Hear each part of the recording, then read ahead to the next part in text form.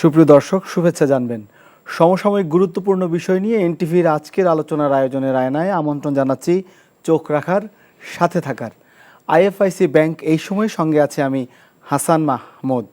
আলোচনার সুবিধার্থে দিনের আলোচিত কিছু সংবাদ আপনাদের জানিয়ে রাখছি।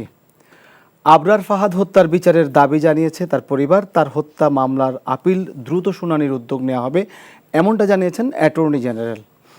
প্রধান উপদেষ্টার সমালোচনা করায় তাবাসসুম বরখাস্ত।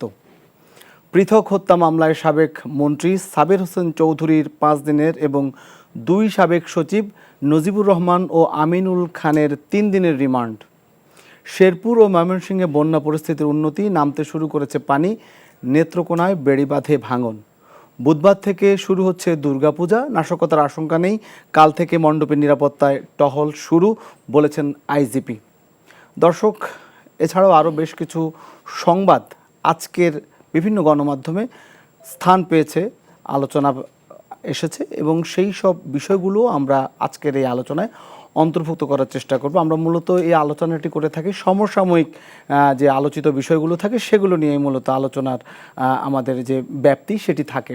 তো আজকের এই আলোচনায় আমরা 3 জন অতিথিকে স্টুডিওতে আমন্ত্রণ জানিয়েছি। আমাদের সেই 3 জন অতিথির মধ্যে আমার বাইরে রয়েছেন ডাক্তার জাহিদুর রহমান, সদস্য নির্বাচন সংস্কার কমিশন। মাঝখানে রয়েছেন সালেউদ্দিন সিফাত, সদস্য জাতীয় নাগরিক কমিটি, এবং সবশেষ রয়েছেন ফাহিমা নাসরিন মুন্নি সহ আন্তর্জাতিক বিষয়ক বিএনপি। আপনাদের 3 জনকেই আমাদের এই আলোচনায় স্বাগত জানাচ্ছি। এতক্ষণ বেশ কিছু সংবাদ আমি জানাচ্ছিলাম। আজকের যে সংবাদ, সেই সংবাদগুলোর মধ্যে বেশ কিছু সংবাদ আমরা দেখেছি যে বিভিন্ন গণমাধ্যমে স্থান পেয়েছে। বিশেষ করে আমরা দেখেছি যে সাবেক মন্ত্রী সাবের হোসেন চৌধুরী 5 দিনের রিমান্ড। আমরা সরাসরি একটু আলোচনায় চলে যাই। আমি মুন্নি আপার কাছে একটু যেতে চাই, ফাহিমা নাসরিন মুন্নি। আমরা দেখেছি যে 5 আগস্টের পরে অনেকেই অ্যারেস্ট হয়েছেন, বিশেষ করে যারা তৎকালীন সরকারের দোসর স্বৈরাচার সরকারের সাথে ছিলেন। কিন্তু গুরুত্বপূর্ণ ব্যক্তিরা কিভাবে মানে ধরাছোঁয়ার বাইরে থাকলো? আমি বলতে চাচ্ছি যারা মনে করেন অনেক মন্ত্রী এসেছে কিন্তু যাদের দৃষ্টি ছিল সাধারণ মানুষের, যেমন গুরুত্বপূর্ণ যে মন্ত্রী বা আমলা ছিলেন, তারা আসলে কিভাবে দেশ ছাড়তে পারলো। এবং সাবের হোসেন চৌধুরী তাকে ধরা হয়েছে এবং তার রিমান্ডও হয়েছে, কিন্তু তার চেয়েও তো গুরুত্বপূর্ণ ব্যক্তিরা ছিলেন। একটু যদি। আপনাকে ধন্যবাদ এবং সেই সাথে আমার সহ আলোচক যারা আছেন।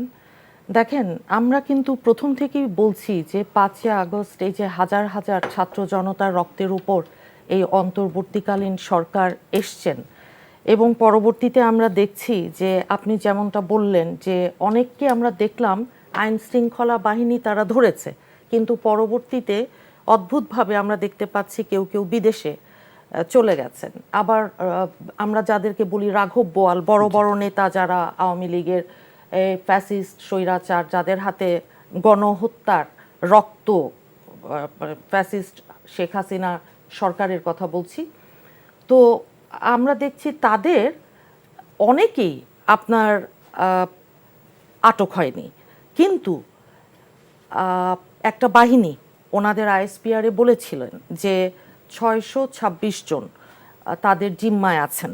তো তার পরবর্তীতে আমরা দেখছি ওবায়দুল কাদের সাহেব, একবার শুনছি বিদেশে, আবার শুনছি যশোরে, মানে কোথায় কি হচ্ছে। আবার অনেককে দেখা যাচ্ছে দিল্লিতে পুলিশের উচ্চ পদস্থ কর্মকর্তা মনিরুল ইসলাম সহ, স্বরাষ্ট্রমন্ত্রী সহ আরো কেউ কেউ আওয়ামী লীগের। তো আমরা যেই কথাটা এই এতদিন ধরে বলে আসছি যে 5ই আগস্টের পর থেকে এখনো, যেহেতু গত 16 বছরের অধিক সময় ধরে বিনা ভোটে আওয়ামী লীগ ফ্যাসিস্ট একটা সরকার তারা তো চেপে বসেছিল, তো তখন আপনার প্রশাসন বলুন, আইন শৃঙ্খলা বাহিনী বলুন, পুলিশ, র্যাব এবং অন্যান্য সিভিল মিলিটারি ব্যুরোক্রেসিতে সবখানেই কিছু কিছু বদল হয়েছে, পাঠাচ্ছেন ওনারা, চলে যান, বরখাস্ত, নানান রকম, কিন্তু সেই সংখ্যাটা নগণ্য।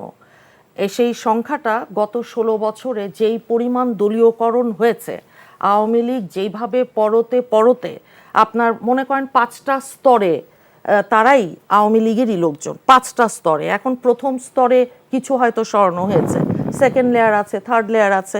এখন একবারে সরিয়ে দিলে ক্ষতি তো কিছু নেই। কন্ট্রাকচুয়াল বেসিসে অনেককে, আপনার সরকারের আমলাদের কথা বলছি, যাদেরকে অন্যায়ভাবে হয়তো অতীতে বের করা হয়েছে, তো তাদেরকে তো আনা যায়। কারণ এখন তো আমরা দেখছি যে প্রশাসনে এদেরকে রেখে, আর বিশেষ করে পুলিশ, আপনি জানেন যে আইন শৃঙ্খলার অবস্থা, ল অ্যান্ড অর্ডারের একটু ডিমোরালাইজ পুলিশ, যেটা প্রধান উপদেষ্টা উনি নিজেই বলেছেন যে একটু পুলিশ এখন যেভাবে এক্সপোজড হয়েছে, যেই রকম ছাত্র জনতার উপর তারা যেভাবে ঝাঁপিয়ে পড়েছিল, এবং বিভিন্ন ভিডিও সোশ্যাল মিডিয়াতে এবং গণমাধ্যমেও কিছু কিছু যেমনটা এসছে, তাতে করে এখন তারা সেই উদ্যমটা খুব একটা পরিলক্ষিত হচ্ছে না। কাজেই এখন সেখানেও আপনার আমূল পরিবর্তন, কারণ ফ্যাসিবাদ এই রকম একটা গণ অভ্যুত্থানের পর কিংবা বিপ্লব যেটাই বলি আমরা, এটা তো কোনো একটা সুস্থ স্বাভাবিক কোনো ঘটনা না।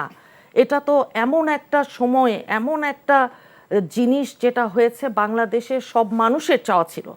এটা তো 15-16 বছর ধরে আপনি জানেন যে কেবলমাত্র ভিন্ন মতের জন্য আমাদের হাজার খানেক নেতাকর্মী গুম, হাজার হাজার নেতাকর্মী খুন হয়েছে, আর আমাদের 60 লক্ষ নেতাকর্মীর বিরুদ্ধে মামলা, একদম ওপরের নেতা নেত্রী থেকে শুরু করে।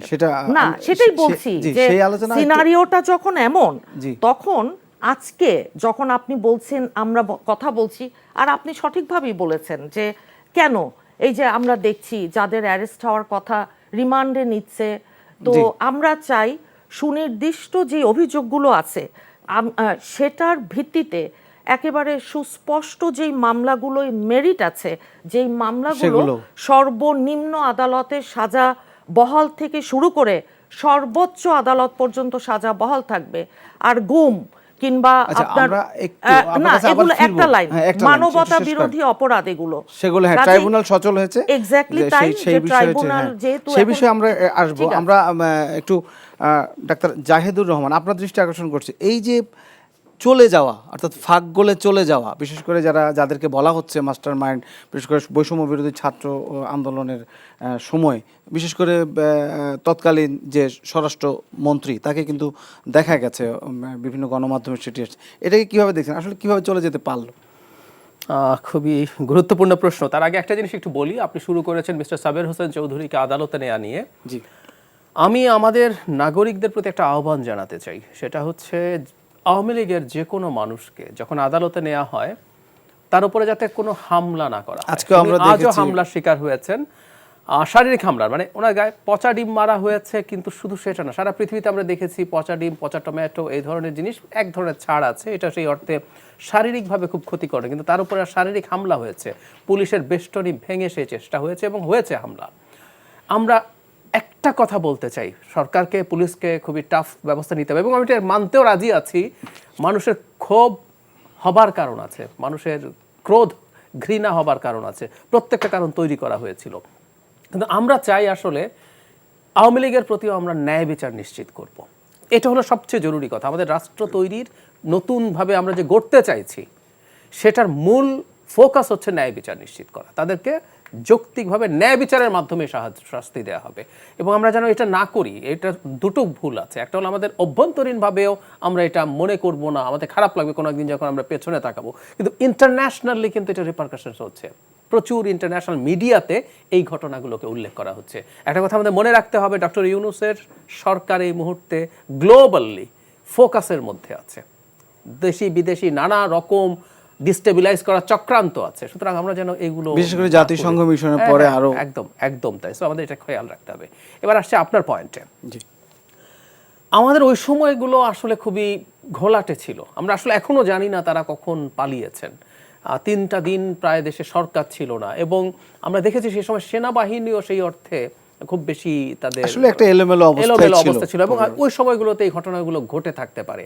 কিন্তু আমি তার চাইতে এখন যেটাকে ইম্পর্টেন্ট মনে করি, সেটা হচ্ছে আমাদের তো আসামি প্রত্যর্পণ চুক্তি আছে।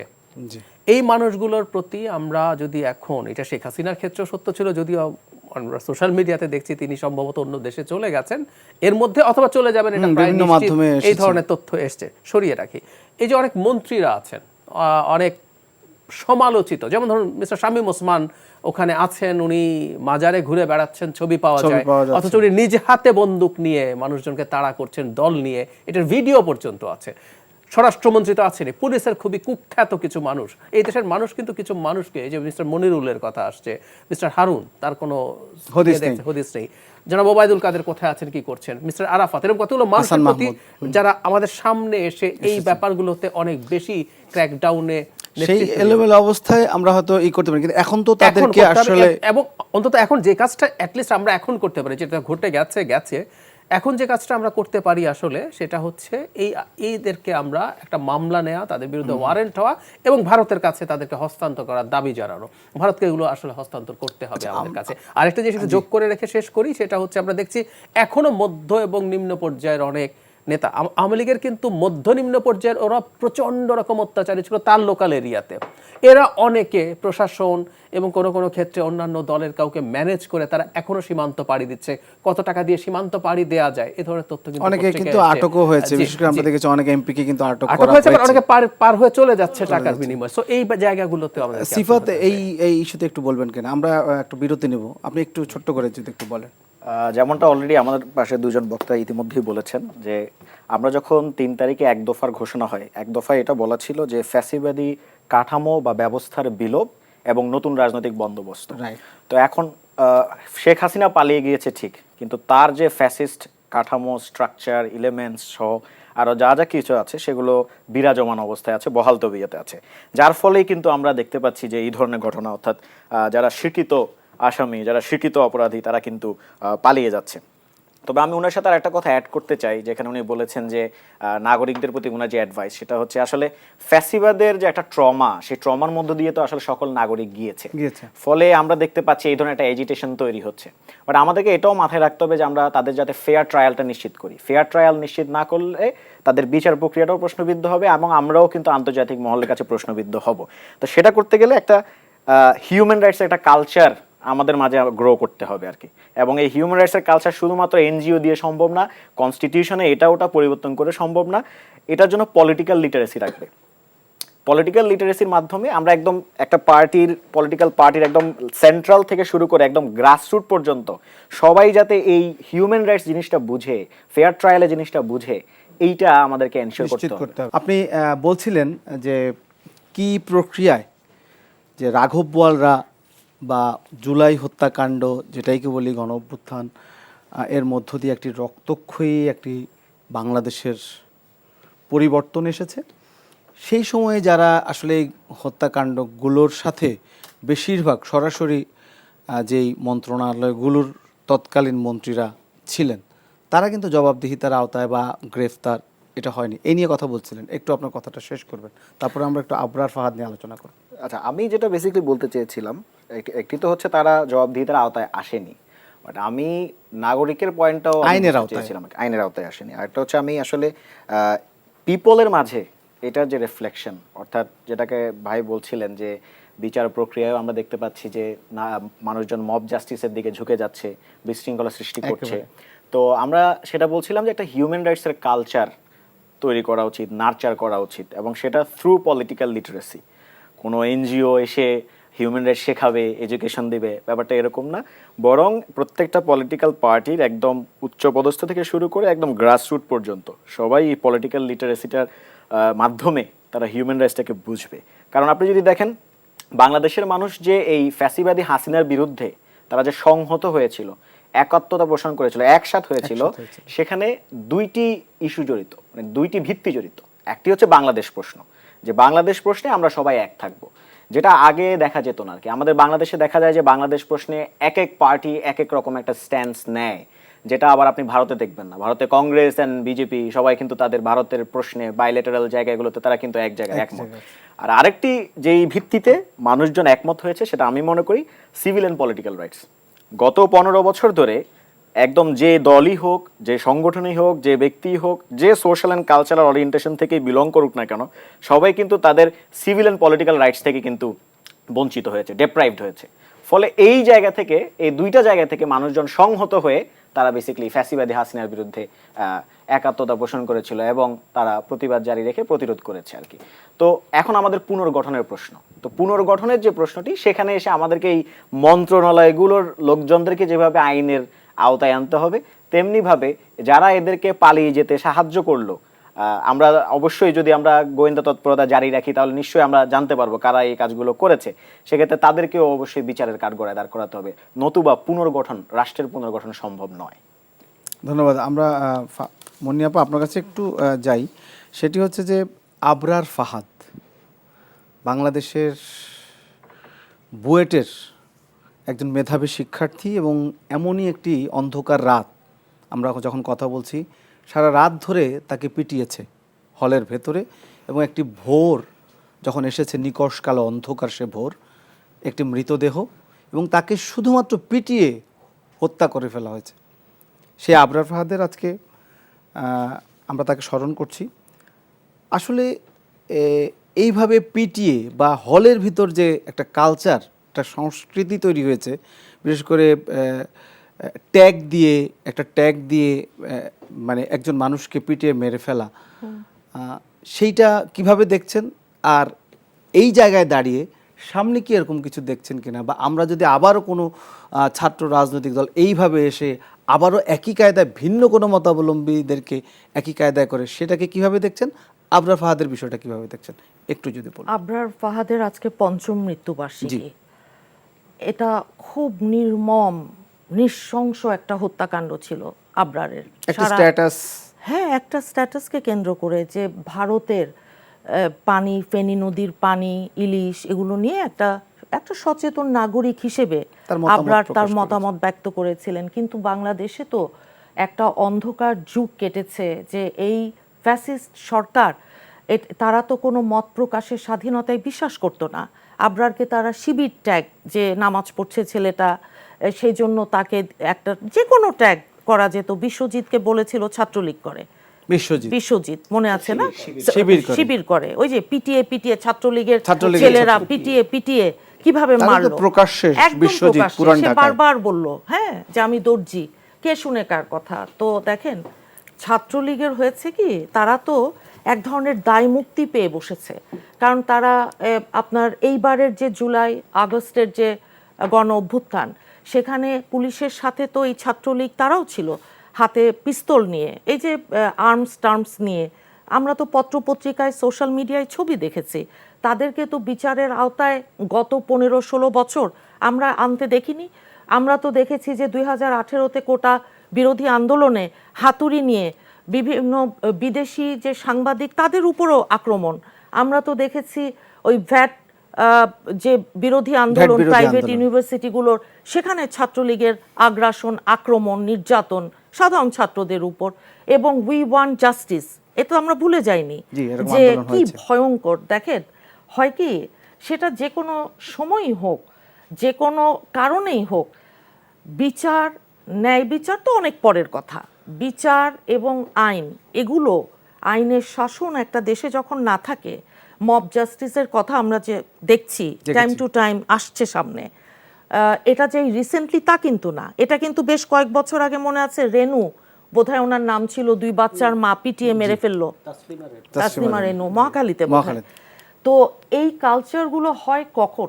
যখন মানুষ জানে, মানুষ বুঝে যায় যে না, আমি তো বিচার পাবো না, কারণ আমাদের তো আইনের ভাষায় একটা কথা আছে, কেবল বিচার করলেই হবে না, এটাকে দেখতেও হবে, মানুষকে বুঝতেও হবে যে হ্যাঁ, বিচারটা হচ্ছে। আমরা যখন দেখি যে একজন সাবেক প্রধান বিচারপতি এস.কে. সিনহা বলেন, গণভবন থেকে রায় আসে, এস.কে. সিনহা ওনাকে বিদেশে চলে যেতে হয়, ক্যান্সারের রুগী বানিয়ে উনি চলে যায়। তো একটা দেশে যখন মানবাধিকার তো অনেক দূরের কথা, যখন দানবের অধিকার কাজ করে, যখন আপনি কথা বললে আপনার কণ্ঠরোধ করবে, ডিজিটাল সিকিউরিটি আইন তার জায়গায় আসলো, সাইবার সিকিউরিটি আইন, সব বহু কালো আইন, কালা কানুন যেগুলো।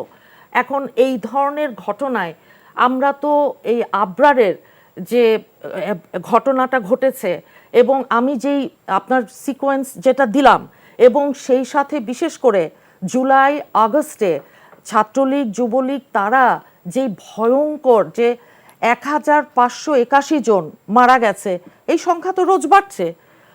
আপনার 30,000-এর মতন ছাত্র জনতা এখনো তো আপনার হসপিটালের বেডে কাতরাচ্ছে, 600-র উপরে অন্ধ হয়ে গেছে, কিছুদিন পর পরই একজনের মারা যাচ্ছে, মৃত্যু সংবাদ শুনছি আমরা। তারপর অঙ্গহানি ঘটেছে। তো এই যখন যদি অবস্থা হয়, আমি তো মনে করি যে সময় এসছে, এগুলো তো গণহত্যা, এটা তো গণহত্যা। এই গণহত্যার কারণেই তো এদেরকে আপনার এক নিষিদ্ধ মানুষ, হ্যাঁ, কারণ তাদেরকে তো মানুষ প্রত্যাহার করেছে। হ্যাঁ, মানুষ তো তাদেরকে আপনার ক্ষোভ, ঘৃণা, আপনি যেই জিনিসগুলো আমরা দেখছি 5ই আগস্টের পর, যেই ক্ষোভের বহিঃপ্রকাশ, আমাদের যে ইমোশনাল আউটবার্স্ট, এগুলো যে জনগণের, এটা অনেক কম। কিন্তু অন্যান্য দেশে আপনি যদি দেখেন, সেই তুলনায় আমাদের এখানে যেটা হয়েছে সেটা কিন্তু তুলনামূলকভাবে কম। অন্যান্য জায়গায় আরও অনেক বেশি হয়। এই যে এই আউটবার্স্ট, আমি সেটা বলছি। কাজেই আমরা যদি আজকে সত্যিকার অর্থে এসব থেকে ফিরে আসতে চাই, তাহলে তো 1 নাম্বার, আমাদের দেশে তো আইনের শাসন বলে কিছু নেই। আইনের শাসনকে আপনার সত্যিকার অর্থে যে কারো জন্য এটা খুব জরুরি আর প্রয়োজন। আজকে আমি ক্ষমতায় আছি, কালকে নেই। শেখ হাসিনাও তো পালিয়েছে এবং মনে করেছিল উনি চিরদিন ক্ষমতায় থাকবেন, এমন একটা ভাব, চিরস্থায়ী বন্দোবস্ত, আমি রাজা সবাই প্রজা আমরা, তাই না? এরকম একটা আমাদের অ্যাটিটিউড আমরা দেখেছি। কিন্তু আলটিমেটলি কি হলো? যেতে তো হলো। এখন যদি আজকে বাংলাদেশে আইন কাজ করত, আজকে বাংলাদেশে বিচার কাজ করত, আজকে বিচার বিভাগের পরতে পরতে, আমি তো আইন অঙ্গনের মানুষ, পরতে পরতে ফ্যাসিস্ট, হ্যাঁ, স্বৈরাচার তারা বসা আছে আজও এখনো। কাজেই আমরা এই অবস্থায় কোথায়, কিভাবে, কার কাছে ঠিক ন্যায় বিচারটা প্রত্যাশা করছি কিংবা ন্যায় বিচারটা পাবো ভাবছি, এটা চিন্তার বিষয়। কিন্তু এবং আবরারের বাবা কিন্তু আজকে ন্যায় বিচার চেয়েছেন, মানে আজকে যে অনুষ্ঠান ছিল ঢাকা বিশ্ববিদ্যালয়ে, সেখানে তিনি প্রত্যাশা ন্যায় করেছেন। বিচার তো উনি অবশ্যই চাবেন, কারণ ওনার আর কি পাওয়া, ছেলে তো হারিয়েছেন, এখন তো একটাই জিনিস পাওয়ার ছিল, সেটা হচ্ছে ন্যায় বিচার। আর ন্যায় বিচার পেতে হলে একটা ওই জাজমেন্ট, যেটা লোয়ার কোর্টের যেই জাজমেন্টটা ট্রায়াল কোর্টের, সেখানে তো ছাত্রলীগের প্রত্যেকে সম্পৃক্ত ছিল, যারা আবরার ফাহাদকে পিটিয়ে পিটিয়ে সারা রাত ধরে মেরেছে, তাই তো? আমরা তো ভিডিও ফুটেজগুলোও দেখেছিলাম, সিসিটিভির, হ্যাঁ, দেখেছিলাম। তো তাই যদি হয়, সেখানে তো একটা জাজমেন্টে কিন্তু পর্যবেক্ষণ দিয়েছে যে কোনো সংগঠন এই ধরনের কর্মকাণ্ড পারে কিনা করতে। কাজেই এটা যারা করেছে তাদেরকে আপনার নিষিদ্ধ করবার জন্য আজকে যেমন শুনছি দাবি উঠছে, তারা তো গণহত্যার দায়ে, তারা তো এই যে আবরার ফাহাদ সহ 1000 গুম, হাজার হাজার খুন, আর এই যেই ঘটনাগুলো আপনার 2018-তে যেই ঘটনা ঘটিয়েছে, 2000 তার আগে যতগুলো ঘটনা আমি বলেছি, সেই কারণে তো বহু আগেই তারা নিষিদ্ধ হয়ে যায় যদি আমরা প্রপার স্টেপস নেই। কারণ দেখেন, ছাত্রলীগ কিংবা যুবলীগ, তারা পুলিশের সাথে সাথে, পুলিশের পোশাকে, আমি যে 2018-র 8ই ফেব্রুয়ারির কথা বলছি, সেদিন আমাদের দেশনেত্রীকে যে সাজা দিল, ওই যে ক্যাঙ্গারু কোর্টের মতন বক্সিবাজারে কোর্ট বানিয়েছে, যেই জজ সাহেব সেই সাজা দিয়েছিলেন লোয়ার কোর্টের, তাকে আবার ওই যে পুরস্কার হিসেবে হাইকোর্টের জজ বানিয়ে এনেছে। এরকম কিন্তু অনেককে এনেছে, যারা যারা আপনার আমাদের ওই নেতা নেত্রীদের বিচারহীনতার একজন সংস্কৃতি। আবরারের ক্ষেত্রেও আবরার, তারপর তনু হত্যাটা মনে আছে নিশ্চয়ই আপনার, কুমিল্লার, নারায়ণগঞ্জের ত্বকী হত্যা, সবচেয়ে ইম্পর্টেন্ট সাগর রুনির হত্যায় আজকে যে আমরা কথাগুলো শুনছি, এই কথাগুলো আমরা 12 বছর আগেও শুনেছি, কিন্তু আমরা কেউ বলতে পারিনি। জি, আমি একটু ডাক্তার জাহিদুর রহমানের কাছে এই বিষয়টাতেই যাই, যে আজকে আবরারকে আমরা স্মরণ করছি, কিন্তু আবরারের এই হত্যা বা আবরারকে তো একটি পরিকল্পনা, সারা রাত ধরে আসলে পিটিয়ে হত্যা করা হয়েছে, মানে এটি একটি গা শিউরে ওঠার মতো একটি কথা।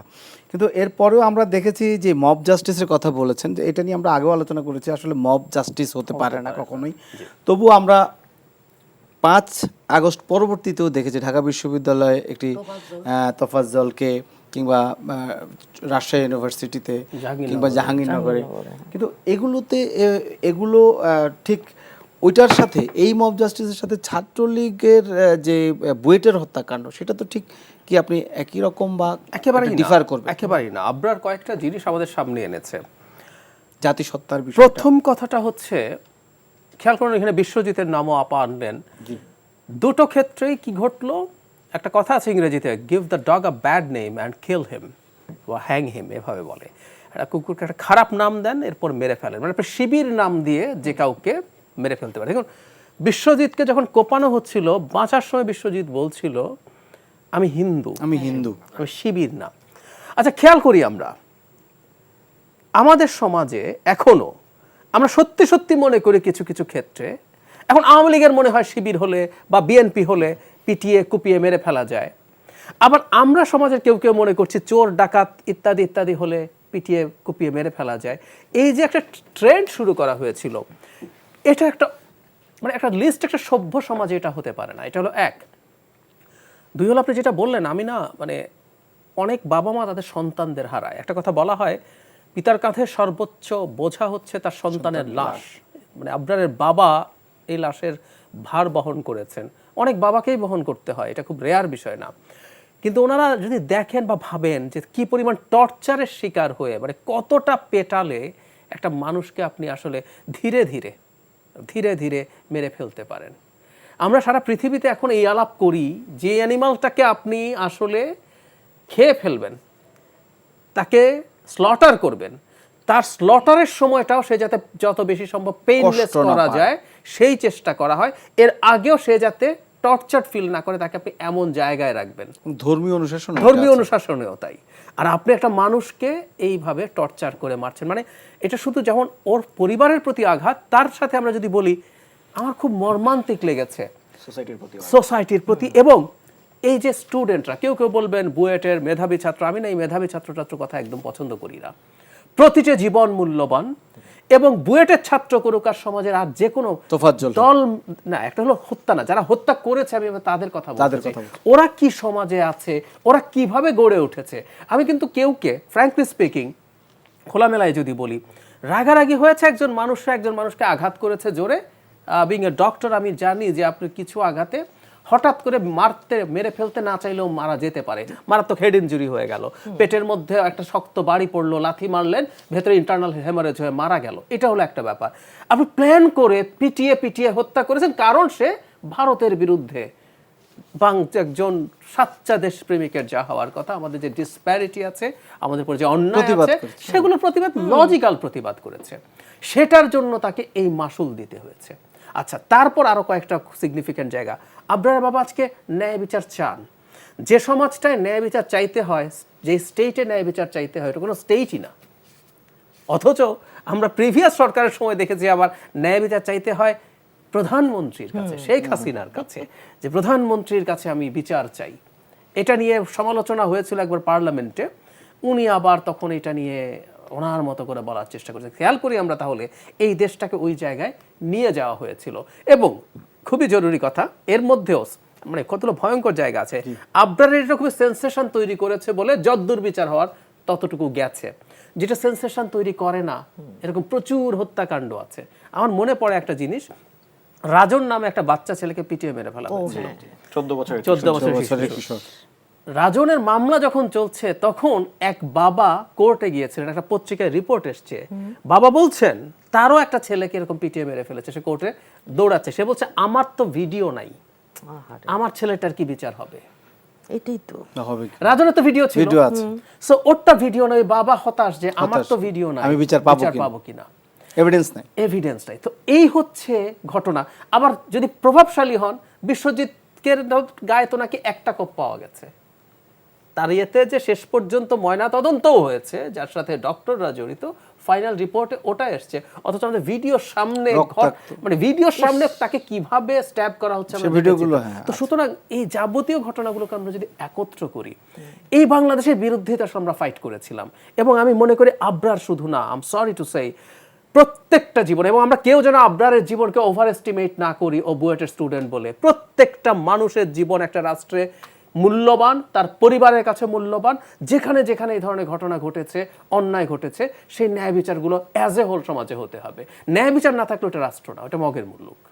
আমি একটু সিফাত আপনার কাছে যেতে চাই, আপনি তো এখনো বা কিছুদিন আগেও বা এখনো হয়তো হলে যাওয়া আসার রয়েছে, এই যে হলের ভেতরে একটা রাজনৈতিক দখলদারিত্ব, বিশেষ করে আমরা যেটাকে বলি যে একটা ক্ষমতাসীন দলের যে রাজনৈতিক দলটা থাকে, সেটা যেই হোক যখনই হোক, আমরা দেখেছি তাদের আধিপত্যটা এক ধরনের থাকে এবং তারা খুব শান শৌকতে থাকে, যিনি হলের সেই দলের ছাত্রনেতা।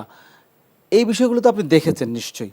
আপনি কি একটু বলবেন যে আবরারের বিষয়টার সাথে এইটা আপনারা ঢাকা বিশ্ববিদ্যালয়ের হলগুলোতেও কিন্তু আমরা কম বিষয়টা জেনেছি, যেই দলই আসে তার ছাত্র সংগঠনটা সেখানে এক ধরনের রাজত্ব বা এক ধরনের আধিপত্য বিস্তার করে। একটু যদি বলেন আপনার অভিজ্ঞতা থেকে এবং আবরারকে রিলেট করে। জি, প্রথমত হচ্ছে আমি আসলে হলে ওঠার সুযোগটা পাইনি, হলে ওঠার অধিকারটা পাইনি, কারণ আমি অধিকার পরিষদের রাজনীতির সাথে আগে ওই সময় জড়িত ছিলাম। তো যারা বিরোধী রাজনীতির সাথে জড়িত থাকে, সরকার বিরোধী রাজনীতির সাথে জড়িত থাকে, তারা কিন্তু হলে সুযোগই হয়নি, আমি হলে ওঠার সুযোগই পাইনি। তো প্রথম বিষয়টা হচ্ছে এটা ক্লিয়ার করলাম। কিন্তু আমার যেহেতু হলে যাতায়াত আছে, আবার আমি একটি মানবাধিকার সংগঠন খুলেছিলাম শুধুমাত্র স্টুডেন্ট টর্চারটাকে ফোকাস করে, ফলে আমি জানি যে এই ধরনের গেস্ট রুম কালচার এবং ট্যাগিং পলিটিক্স। আমি আসলে র্যাগিং বলতে স্বাচ্ছন্দ্য বোধ করি না, কারণ র্যাগিং আর গেস্ট রুম কালচারের মধ্যে ভালো তফাৎ আছে। গেস্ট রুম কালচারে কিন্তু আপনার একটা ছেলেকে বলির বকরা বানানো হয় আর কি, যেটা ভাই অলরেডি বলেছেন, তাকে হোমোস্যাকার বানানো হয়, যে তাকে কিলেবল করে তোলা হয়, শিবির নাম দিয়ে হোক অন্য নাম দিয়ে হোক, তাকে কিলেবল করা হয়, দেন তার উপর টর্চার করা হয়। আর আবরার ফাহাদের ইস্যু যেটা বলছিলেন, আবরার ফাহাদ একটা স্ট্যাটাসের কারণে কিন্তু তার এই নির্মম হত্যাকাণ্ডের শিকার হয়েছিলেন, শাহাদাত বরণ করেছিলেন। সেখানে তিনি দিল্লির সাথে বাংলাদেশের যে অসম পানি চুক্তি, সেটা নিয়ে তিনি সমালোচনা করেছিলেন, এবং সেটা কিন্তু তার যৌক্তিক সমালোচনা যে আসলেই যৌক্তিক তা আমরা দেখতে পাবো এই যে কিছুদিন আগে রিসেন্টলি ফেনী, কুমিল্লা এবং নোয়াখালীতে যে বন্যাটা হয়ে গেল। আপনি একটা উজানের কান্ট্রি, আপনি রিপারিয়ান একটা কান্ট্রিকে পানির অধিকার না দিয়ে আপনার নিজের বর্ডারে বাঁধ দেওয়াটাই তো একটা অন্যায়। তার উপর আপনি যখন বাঁধের গেটগুলো খুলে দিচ্ছেন, ফ্লাড গেট খুলে দিচ্ছেন, তাহলে you must give reasonable time এবং ওয়ার্নিং দেওয়া উচিত যে আমি এটা অবহিত করা উচিত, কিন্তু সেটা কিন্তু আমরা দেখি নাই।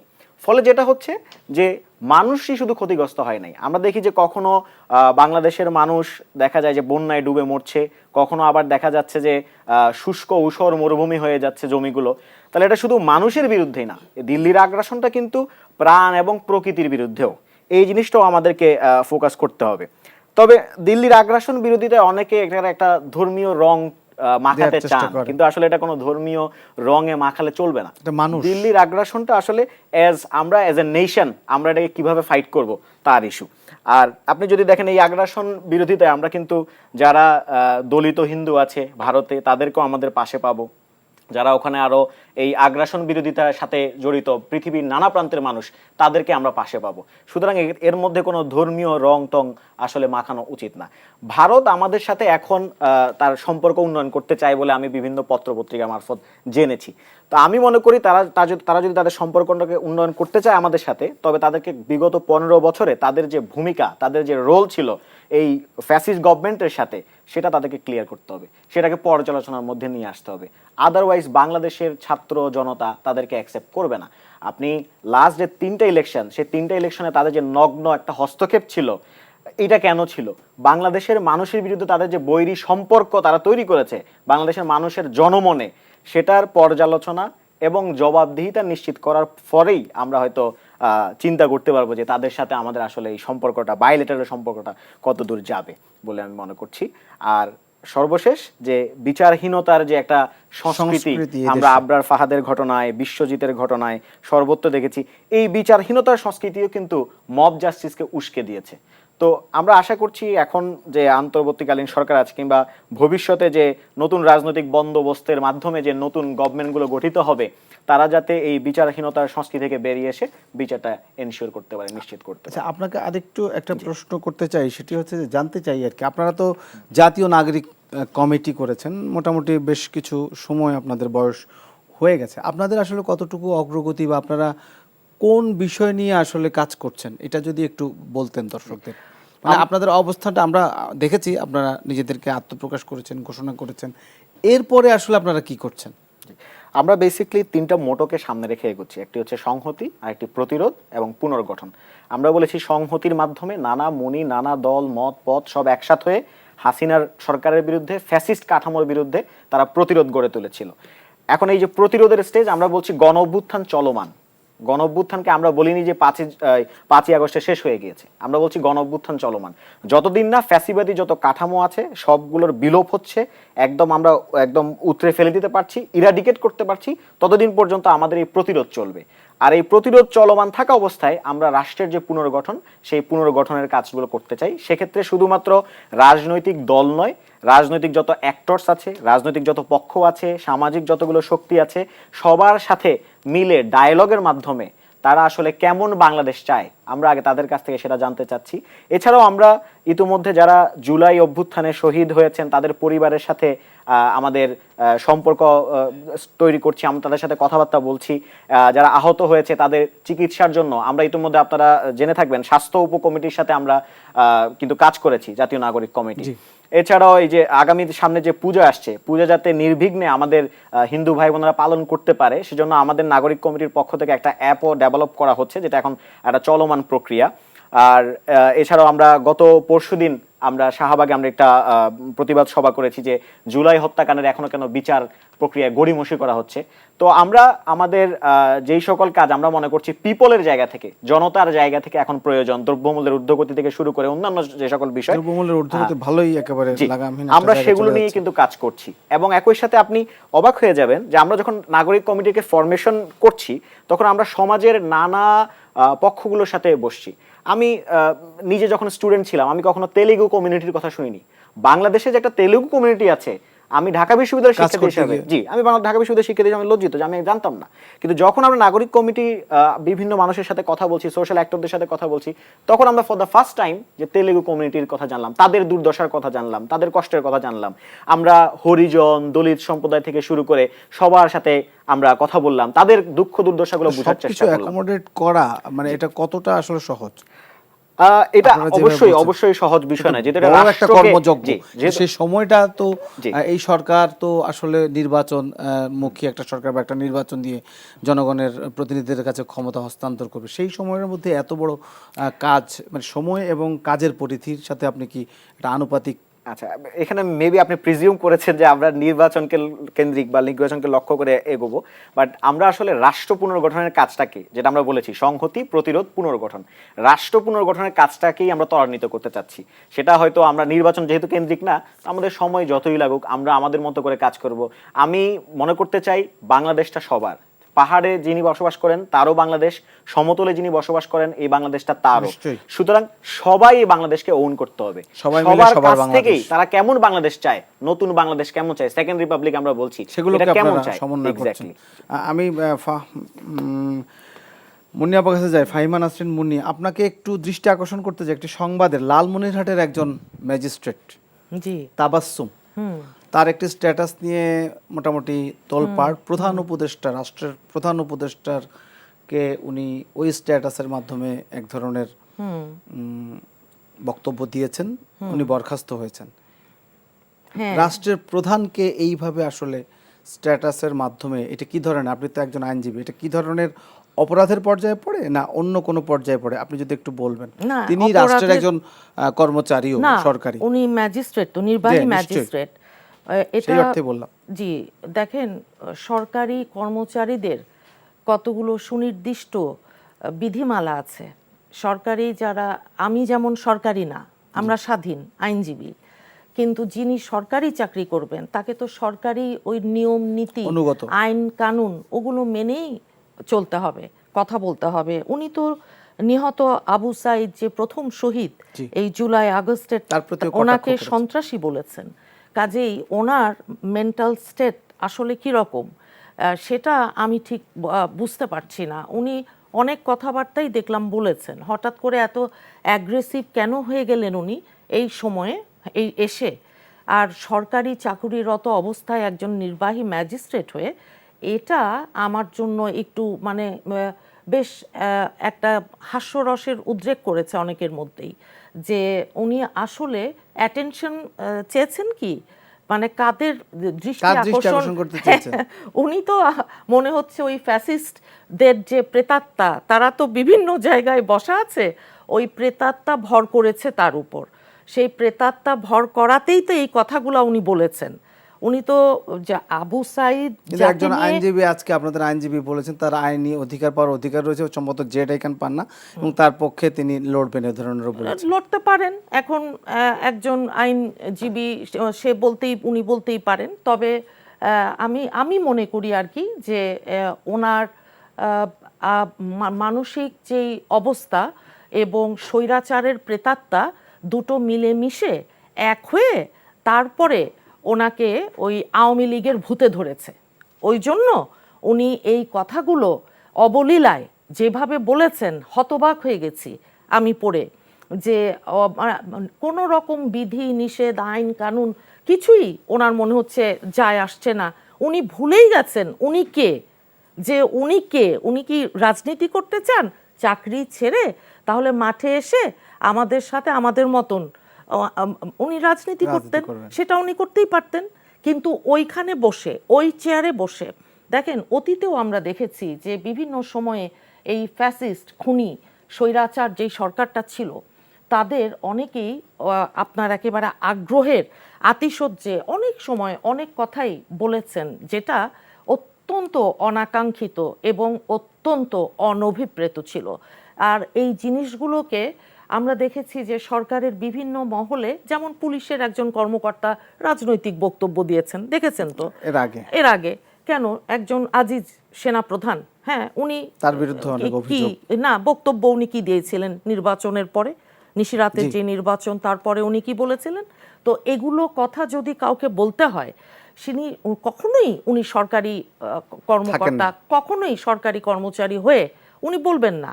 উনি বলবেন, উনি ওইখান থেকে এসে নেমে আমাদের কাতারে সাধারণ মানুষের কাতারে উনি গাছেরও খাবেন তলারও কুড়াবেন, এটা হয় না। ওই কারণেই যে সরকারি কর্মচারী সরকারি কর্মকর্তা তাদেরকে কিছু বিধি এবং নিষেধ মানতে হয়। জি, আপনার কথা স্পষ্ট। আমি এই বিষয়ে সিফাত আপনি কিছু বলবেন, মানে সাইদকে সন্ত্রাসী বলার বিষয়টি? একটা তো হচ্ছে যে আপা যেটা খুব সুন্দরভাবে এক্সপ্লেন করেছেন যে সরকারি চাকরিবিধির যে লঙ্ঘন, সেটা আপা কথা বলেছেন। সেখানে আমি জাস্ট একটা পয়েন্ট অ্যাড করব, সেটা হচ্ছে আইনি অধিকার পাওয়ার এখতিয়ার আসলে সবার আছে। সে যেই হোক, সে আইনের আশ্রয় লাভের অধিকার যেটাকে বলে, তো সেটা যদি আমাদের বিজ্ঞ আইনজীবী মহোদয় বলে থাকেন, আমরা আসলে কোনো প্রবলেম দেখি না। আইনের আশ্রয় পাওয়ার অধিকার সবার আছে। আর আরেকটা বিষয় আমি যেটা বলতে চাই, যে সংবাদপত্রগুলো যত ফলাওভাবে প্রচার করছে, যেটা ডক্টর ইউনূসের সরকারের সমালোচনা করার জন্য তিনি এরকম পদচ্যুত বরখাস্ত হচ্ছেন, আমার মনে হয় যে এভাবে দেখানোটা উচিত হচ্ছে না। আপনাকে তো এটাও খেয়াল রাখতে হবে যে এই ব্যক্তি আবু সাইদকে এরকম একটা পজিশনে থেকে, একটা সরকারের প্রশাসনিক পজিশনে থেকে তিনি আবু সাইদকে বলছেন সন্ত্রাসী, যেই ভাষা এবং বয়ানে এই কথাটা বলছেন সেটা একটা ফ্যাসিবাদী ভাষা ও বয়ান। আমরা দেখেছি আওয়ামী লীগ সরকার তাদের বিরুদ্ধে যখন এই গণঅভ্যুত্থান সংগঠিত ছিল, তখন তারা এই ভাষা এবং বয়ানে এই আন্দোলনে যারা শহীদ হয়েছে, এই আন্দোলনে যারা আহত হয়েছে, তাদের বিরুদ্ধে কথা বলেছে। তো একই ভাষা ও বয়ানে যখন একজন প্রশাসনিক ব্যক্তি কথা বলে থাকেন, তাহলে বুঝতে আর বাকি থাকে না যে তিনি এখানে আসলে কাদের পারপাস সার্ভ করছেন। আমরা 1 মিনিট শুনবো ডক্টর জাহেদ, আমরা শেষের দিকে আছি একেবারে। মানে আমি এই তাবাসসুম সম্পর্কে একটা কথা বলি। ধরে নিলাম আবু সাইদ সন্ত্রাসী, তর্কের খাতিরে। একটা সন্ত্রাসীকে যে দুটো হাত ছড়িয়ে দাঁড়িয়ে আছে তাকে গুলি করে মেরে ফেলা যাবে, একজন ম্যাজিস্ট্রেট তা মনে করেন। মানে কারা ম্যাজিস্ট্রেট হচ্ছেন তার স্ট্যান্ডার্ডটা খেয়াল করেন। আমি তাত্ত্বিকভাবে ধরে নিলাম। নাম্বার 2, উনি এবং যে আইনজীবীর কথা বলছেন তারা এখন একটা ন্যারেটিভ তৈরি করার চেষ্টা করছেন, ডক্টর ইউনূস স্বাধীনতা বিরোধী শক্তি। রিসেট বাটনে পুশ করার, আমি তো বুঝি নাই ওভাবে, উনি তো এটা বলেননি। যে অতীত আওয়ামী লীগ রেখে গেছে সেই অতীত মুছে গেছে, যেটা উনি বলেননি সেটাকে ওনার উপরে চাপিয়ে দিয়ে অ্যাট্রিবিউট করে, এবং এখন যখন অনেকে নামছে সেই ক্ষেত্রে আমি আপনার সাথে ভূত এসে পড়েছে না, ওইটা আপা বলছিলেন, এটা না বলে রাদার আমি বলবো ভূত টুত যা এসে পরিকল্পনা করে এসেছে, এটা একটা প্ল্যান্ড একটা কিছু হচ্ছে বলে আমি ধারণা করছি। সুতরাং আমি এটাকে খুব সহজভাবে দেখতে প্রস্তুত নই, এটা হচ্ছে জরুরি কথা। জি, ধন্যবাদ আপনাদের তিনজনকে স্টুডিওতে আসার জন্য। প্রিয় দর্শক, এই ছিল আমাদের আজকের আয়োজনের আলোচনার সারবস্তু। আলোচনা থেকে ভালো কিছু নিশ্চয়ই গৃহীত হবে এবং আলোচনা থেকে অর্জিত ভালো কিছু যুক্ত হোক। খোলা থাকুক সত্যের চোখ। শুভরাত্রি, সবাই ভালো থাকবেন।